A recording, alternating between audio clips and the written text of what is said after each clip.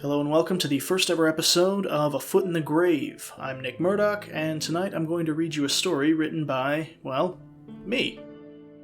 So sit back, relax, and enjoy a prison called Sanity. Sanity is a prison that serves no purpose but to stifle the creative mind. These were the words so often spoken by the itinerant poet who occasionally visited my quiet port city. In my youth, I admired the man. His words, to my eye, were more profound than anything I had ever heard before. Something about the way he strolled from place to place, never following a schedule or harboring any real responsibility, held a certain allure to me. From the outside, his life was the epitome of freedom. After I had grown and it was time for me to go out on my own, I thought back to the Wanderer. His whispered philosophies, formed through self-reliance and what I perceived to be adventure, lit a fire deep within me. I decided that I would follow his example and live the life of a vagabond. My parents, being hardy dock-working people, were pleased that, at the very least, I would see more of the world than this one foggy harbor. I did travel the country for a time and saw all manner of beautiful sights. I've run through grassy fields whose lush colors were a painting brought to life. I've stood in awe beneath titanic trees that looked as if they hold up the heavens themselves. I've watched the morning sun cresting out over a field of sunflowers and filling the sky with deep, twisting hues of orange and red. That memory, in particular, holds a special place in my heart, especially now.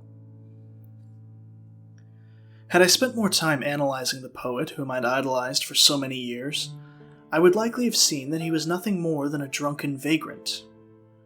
He was no grand philosopher, no genius of a bard. But I suppose if children didn't see the world through rose-colored lenses, nobody would ever aspire or dream again. A few years of traveling had left me penniless, filthy, and exhausted. I found myself slipping further and further into a bottle, never knowing where one day began and another ended. It didn't take long for the drink to consume me and leave me a shell of my former self. No more did I wander from one town to the next. Instead, I made my way from tavern to alley and back again. The townspeople began to grow tired of me. Bartenders would rarely tolerate my presence, as they knew I couldn't pay for a drink. One night, when the thirst had grown too much to bear, I tried my hand at stealing a small cask of wine. Naturally, the townspeople took notice of my disheveled, unwashed form trying to slip into a tavern storeroom. The authorities were called, and I was forced to make my escape. Hiding in the labyrinthine alleys, my body began to cry out in pain. It had been far too long since I'd had a proper drink. My limbs were cold and stiff. Despite the bracing chill, I sweat profusely, soaking through my clothes and adding to my already vile stench. My head throbbed and felt as if it was splitting in two. I lay there in the dirt, crying, and tried desperately to sleep the thirst away. My eyes were clouded and unfocused when I finally came to. The sun had sunk and a bright crescent moon now hung in the sky. Trying to blink away the aches in my skull, I soon became aware of the fact that I was not alone. A man stood opposite of me, obscured by the shadows of a looming wall. He stepped into the light, stopping only before his face could be given definition. His clothes appeared almost regal, fine and proper. A shroud he had draped across his shoulders gleamed in the moonlight. I was immediately reminded of fairy tales I'd heard as a boy about an imp who threads straw into gold yarn. "You look unwell," he spoke. His voice was soothing and melodic, but there was a hint of something else that I couldn't place. "Surely this is no place to rest." The stranger's aura was magnetic, hypnotic. I found myself kneeling before him and begging for just a few coins, enough to buy a drink and end these horrible pains. Without realizing it, I had begun to weep before my mysterious companion. The man raised a solitary hand to quiet my pleas, his cloak glinting enchantingly as he moved. He cocked his shrouded head and seemed to size me up before he spoke again. "If it is what you truly desire, I could give you what you ask and be on my way." You'll have your drink, and we shall never cross paths again." He paused for a long moment, and I could feel his shadowed face twist into a smirk. "Or, I can take away your suffering. I can free you from the hold the bottle has on you and save you from a life of poverty. But be warned, no matter what you choose, your decision will be final." The stranger offered me an outstretched hand, which I instinctively took. He pulled me to my feet and stood silently as he awaited my answer. I thought, as much as I could with my head pounding the way it was, that the last few years had been torturous. My family had since passed on. I had nowhere else to turn. The thought of living one more day under the thumb of this damned thirst was more than I could bear. As if he could sense my thoughts, the stranger reached beneath his gilded shroud and produced a single wooden cup and a small pouch of liquid. He poured the liquid into the cup, and I found myself confused. It smelled almost of wine. I opened my mouth to question him, but he spoke before I could. "One last drink to send your troubles on their way. One last drink before a bold new day." He handed me the cup, and I stared deeply into the still swirling liquid. Its aroma was intoxicating, like the sweetest desert flower plucked fresh after a solitary bout of rain. With a deep breath, I drank from the cup. The drink filled my mouth, and its flavors danced across my tongue in a graceful ballet. This was a drink fit for a king, liquid euphoria. As it rushed down my throat, my eyes rolled back into their sockets, and every inch of my body felt relief. Gone was the pain, the chills. Gone was the need to drink. This magnificent nectar filled my body with a warmth I had never experienced before. My legs grew weak, and I eased myself onto the ground. The pure relaxation sent me drifting, before I knew it, into the most blissful, beautiful sleep I had ever known.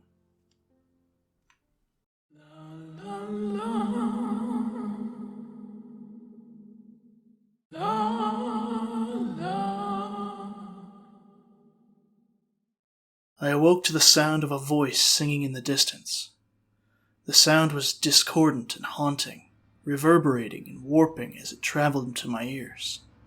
A siren's song, it drew me from my slumber in an attempt to find its source. The longer the tune rang out, the more a sense of overwhelming anxiety knotted its way into my stomach.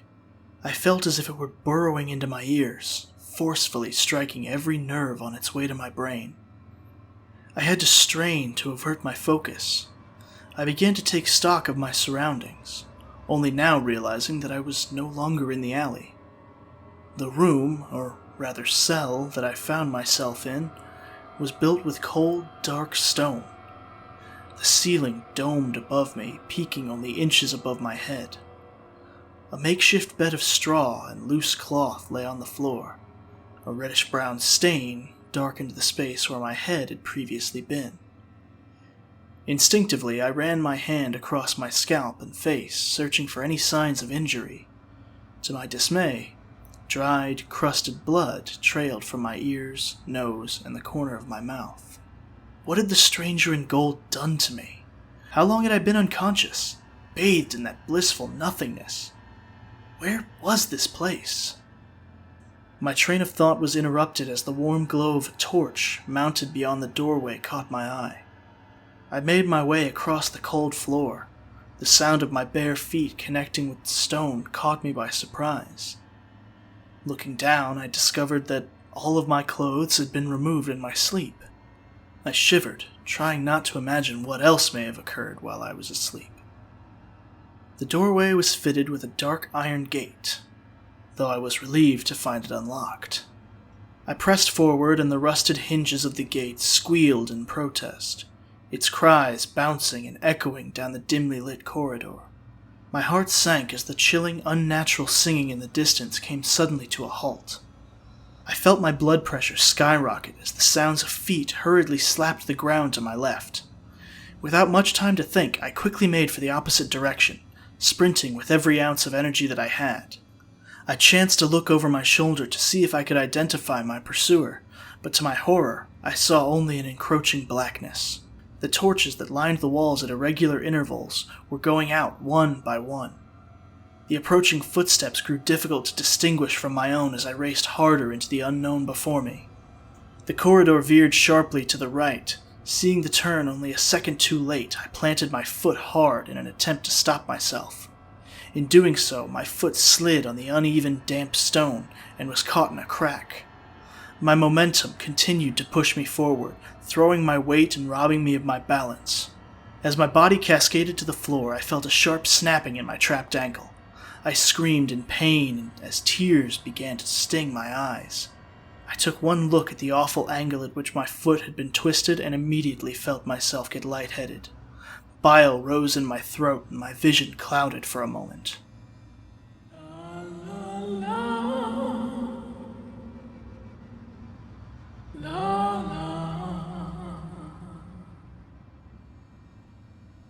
It was when that horrible singing rang out through the hall from the ever-growing shadows that I was able to regain a shred of my composure. I fought desperately with the jagged stone that gripped my foot like a vice. I was able to wrench it free, though in doing so, I vomited down my own chest and stomach. I struggled to lift myself, putting all my weight on my right leg and leaning against the wall. My pace had slowed considerably, and at this rate, I had no chance of escaping my mysterious singing pursuer. My heart pounded in my ears as that horrible song grew louder and louder. The faster I tried to hop, the more hopeless I felt. I was about to give up when the wall opened up beside me and I fell hard into another cell laid out exactly like my own. I stifled my cries of pain as my ruined foot flopped helplessly. I crawled into the room and pressed myself into a corner, silently praying that whoever was chasing me wouldn't see me. I could hear the flames of the torches extinguish one by one as the footsteps and singing grew closer. When the torch opposite my cell door went out, I had to clasp my hand over my mouth in an attempt to quiet my panicked breathing. I could hear wet feet slapping as they slowed from a sprint to a cautious walk. That damn singing had calmed as well. No longer was it loud and echoing as if it was trying to be heard. Instead, it grew soft, deliberate. The voice was inhuman, a poor imitation. It was a sickening combination of male and female, high and low pitches. The thing emitting that nightmarish sound was singing directly to me. It knew I was close. It knew I was listening. The footsteps in the hallway smacked back and forth outside the doorway. The thing was pacing, as if deciding its next course of action, or more likely, stalking its prey. I scanned the near-perfect darkness, straining to make out anything that I could use to defend myself. I found only a few loose pieces of stone, pebbles broken off from the old grimy walls. Clutching one tightly in my hand, I waited for the thing's pace to carry it off to the left of the door. Once it did, I leaned out and threw the stone as hard as I could, trying to send it past the creature and create an opportunity for escape. I spent many years practicing my skill as a poet. One would think that experience would come in handy when accurately trying to depict the terror I felt in the moments that followed. Sadly, words are fickle. Human language simply doesn't have the capacity to describe the level of dread one feels when they are faced with living madness, with things that are simply impossible yet exist nonetheless. When I let the pebble fly, I began to make my way out into the hall. It was when I heard it clatter to the ground mere inches away from me that a dense pit formed in my stomach, sinking into my being, pulling all sense of hope with it. The fragment of stone had struck the creature directly, alerting it to my presence. The instant I turned to face the sound, the entire corridor filled with near blinding orange light.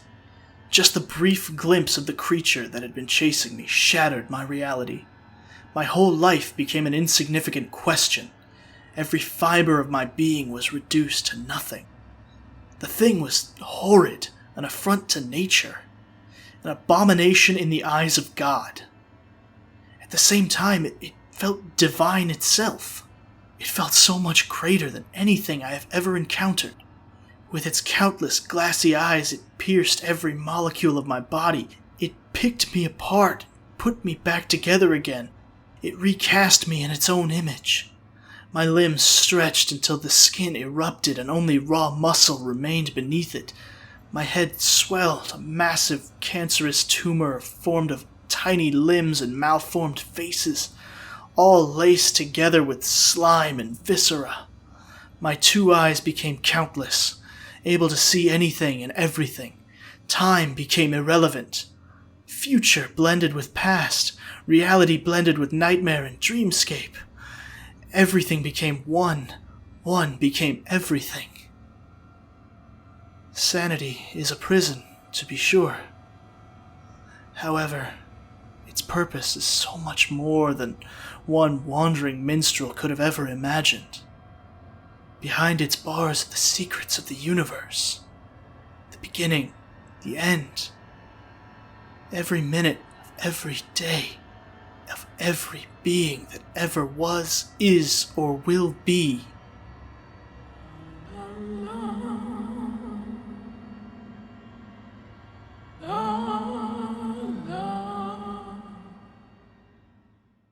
Thank you so much for watching my first video on YouTube. I really hope you enjoyed it because I really enjoyed making it. Hopefully you'll subscribe and stick around for plenty more videos to come. And not just horror narrations, but also games, writing advice, deep dives into true crime and other paranormal mysteries. I mean, what else could you want? Thanks again.